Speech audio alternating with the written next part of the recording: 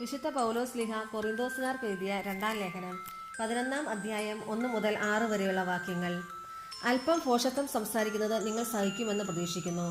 നിങ്ങൾ ഇപ്പോൾ തന്നെ എന്നോട് സഹിഷ്ണുത കാണിക്കുന്നുണ്ടല്ലോ. എനിക്ക് നിങ്ങളോട് ദൈവികമായ അസൂയ തോന്നുന്നു. എന്തെന്നാൽ നിർമ്മലയായ വധുവിനെ അവളുടെ ഭർത്താവിന് എന്നതുപോലെ നിങ്ങളെ ക്രിസ്തുവിന് സമർപ്പിക്കേണ്ടതിന് ക്രിസ്തുവുമായി നിങ്ങളുടെ വിവാഹ നിശ്ചയം ഞാൻ നടത്തി. എന്നാൽ സർപ്പം ഹവ്വായെ തന്ത്രപൂർവ്വം ചതിച്ചതുപോലെ നിങ്ങളുടെ ചിന്തകൾ ക്രിസ്തുവിലുള്ള ലാളിത്യത്തിലും വിശുദ്ധിയിൽ നിന്നും വ്യതിചലിക്കപ്പെടുമോ എന്ന് ഞാൻ ഭയപ്പെടുന്നു.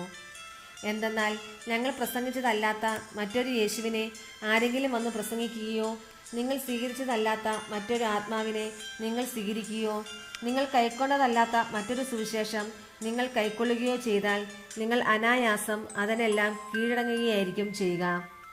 ഈ അപ്പസ്തോല പ്രമാണികളെക്കാൾ ഒട്ടും കുറഞ്ഞവനല്ല ഞാൻ എന്നാണ് എൻ്റെ വിശ്വാസം. എനിക്ക് പ്രസംഗചാതുര്യം കുറവായിരിക്കാം, എങ്കിലും അറിവിൽ ഞാൻ പിന്നോക്കമല്ല. എല്ലാ കാര്യങ്ങളിലും എല്ലാ വിധത്തിലും ഇത് ഞങ്ങൾ വെളിപ്പെടുത്തിയിട്ടുണ്ടല്ലോ.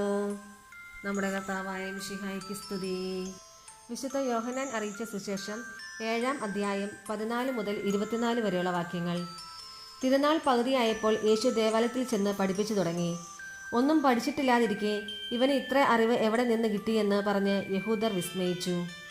യേശു പറഞ്ഞു, എൻ്റെ പ്രബോധനം എൻ്റെ സ്വന്തമല്ല, എന്നെ അയച്ചവൻ്റേതത്രേ. അവിടുത്തെ ഇഷ്ടം നിറവേറ്റാൻ മനസ്സുള്ളവൻ ഈ പ്രബോധനം ദൈവത്തിൽ നിന്നുള്ളതോ അതോ ഞാൻ സ്വയം നൽകുന്നതോ എന്ന് മനസ്സിലാക്കും.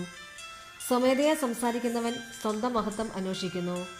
എന്നാൽ തന്നെ അയച്ചവൻ്റെ മഹത്വം അന്വേഷിക്കുന്നവൻ സത്യവാനാണ്, അവനിൽ അനീതിയില്ല.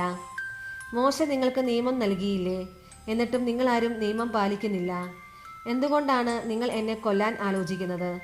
ജനങ്ങൾ പറഞ്ഞു, നിനക്ക് പിശാചുണ്ട്. ആരാണ് നിന്നെ കൊല്ലാൻ ആലോചിക്കുന്നത്? യേശു പ്രതിവചിച്ചു, ഞാൻ ഒരു പ്രവൃത്തി ചെയ്തു, അതിൽ നിങ്ങളെല്ലാവരും ആശ്ചര്യപ്പെടുന്നു. മോശ നിങ്ങൾക്ക് പരിച്ഛേദന നിയമം നൽകിയിരിക്കുന്നു. വാസ്തവത്തിൽ അത് മോശയിൽ നിന്നല്ല, പിതാക്കന്മാരിൽ നിന്നാണ്. അതനുസരിച്ച് സാബത്തിൽ ഒരുവന് നിങ്ങൾ പരിച്ഛേദനം നടത്തുന്നു. മോശയുടെ നിയമം ലംഘിക്കാതിരിക്കുന്നതിന് ഒരുവൻ സാബത്ത് ദിവസം പരിച്ഛേദനം സ്വീകരിക്കുന്നുവെങ്കിൽ സാബത്ത് ദിവസം ഒരു മനുഷ്യനെ ഞാൻ പൂർണ്ണമായി സുഖമാക്കിയതിന് നിങ്ങൾ എന്നോട് കോപിക്കുന്നുവോ? പുറമേ കാണുന്നത് അനുസരിച്ച് വിധിക്കാതെ നീതിയായി വിധിക്കുവിൻ. നമ്മുടെ കർത്താവായ മിശിഹായ്ക്ക് സ്തുതി.